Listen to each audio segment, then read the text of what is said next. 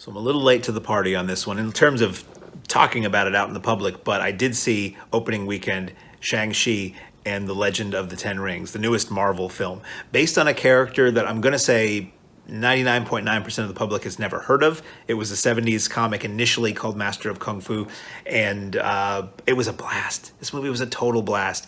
This was one of those films where this trailer, since I went back to seeing the movie, since theaters reopened somewhere in June-ish, I have seen the trailer for Shang-Chi in front of every single film I've seen in the theater.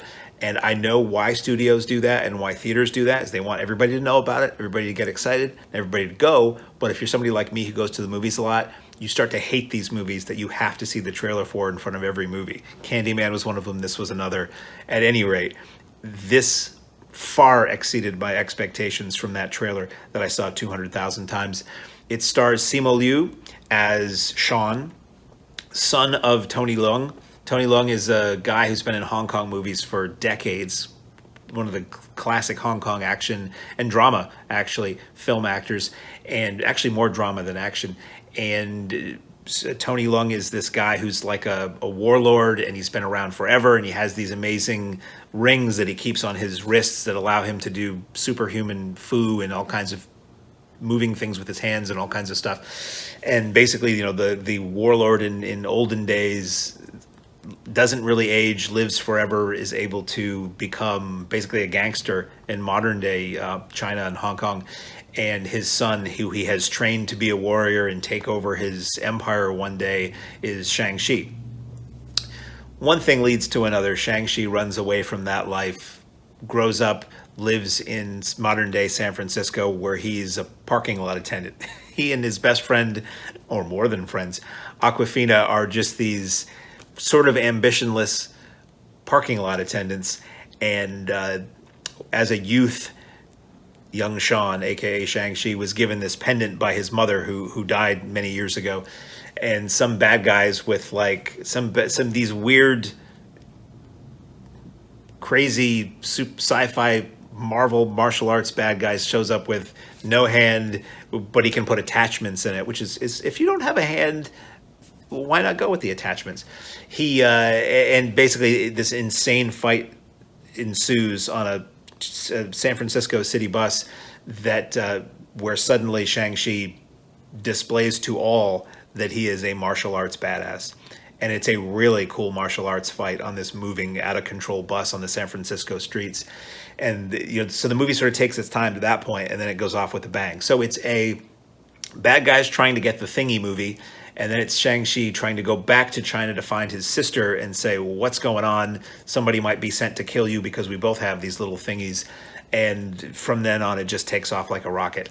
This was fabulous. Visuals were great. I'm a big fan of Asian cinema. It's wonderful to see an Asian superhero in a production this big, and for that segment of our culture and world culture to be exposed on a massive Hollywood scale like it is. It's great.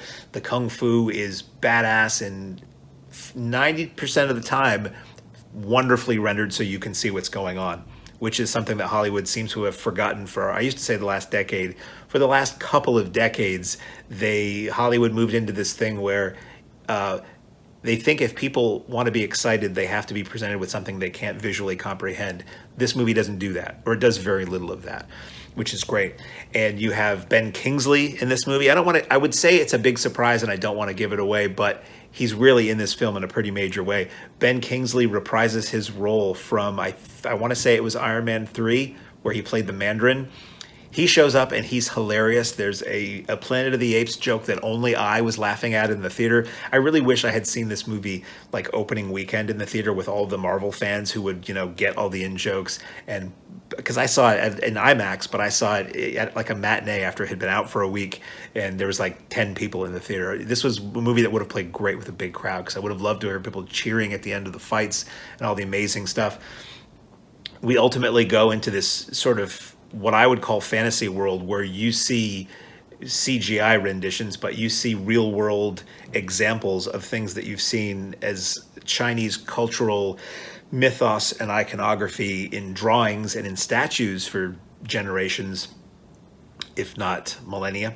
and it's cool to see those as living, breathing things through the modern miracle of CGI. Michelle Yeoh is in this movie. I'm a huge Michelle Yeoh fan. I'm over the moon that she is getting so much work in this country the last decade or two in such a wide variety of stuff. I mean, I came to know her from Super Cop initially and Wing Chun and all these Hong Kong action movies.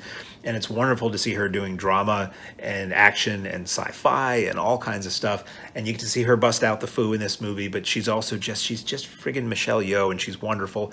You get to see Yun Hua, which is a name, again, probably a lot of people doesn't matter, but he was one of the bad guys in Police Story 3, Super Cop. He was one of Jackie Chan, Yun Bio, and Sammo Hung's brothers who went to Peking Opera School together and learned martial arts. So he's been in Hong Kong action movies since the 80s or 90s, and it's great to see him in a huge budget American Marvel movie, you know? So I really thoroughly enjoyed Shang-Chi. It's a positive role model, not that every film needs that, but it's a positive role model. It's badass action. It's cool fantasy stuff. It does tie into several of the other Marvel movies in various ways. Like any Marvel movie, stay until the cleaning crew tells you to leave the theater, because there'll be a little something partway into the credits and then a little something at the tail end of the credits that sets up hopefully a future movie. This movie's doing really, really well, so I'm really hoping we see more of Shang-Chi in the other Marvel films and in his own films. Awkwafina is wonderful in this. She's funny as she always is, and has a meatier, more badass role than I expected too. And I just hope this shows Hollywood, sort of like John Wick did, that it's okay to show people what's going on in an action movie. It's actually quite all right to have two people fighting in the frame and just be really impressed by what they're doing and not have the camera all over the place and say, I get the impression that people are fighting. I really hope this leads to more martial arts on the big screen, and I hope it leads to more martial arts on the big screen that you can see, and just, it's okay to just let people do something amazing within the frame. The camera doesn't need to make it any more exciting. Anyway, I'm not lecturing you. You probably have already seen the movie. At any rate, really enjoyed Shang-Chi and the Legend of the Ten Rings, and I really hope we get a whole lot more with this character.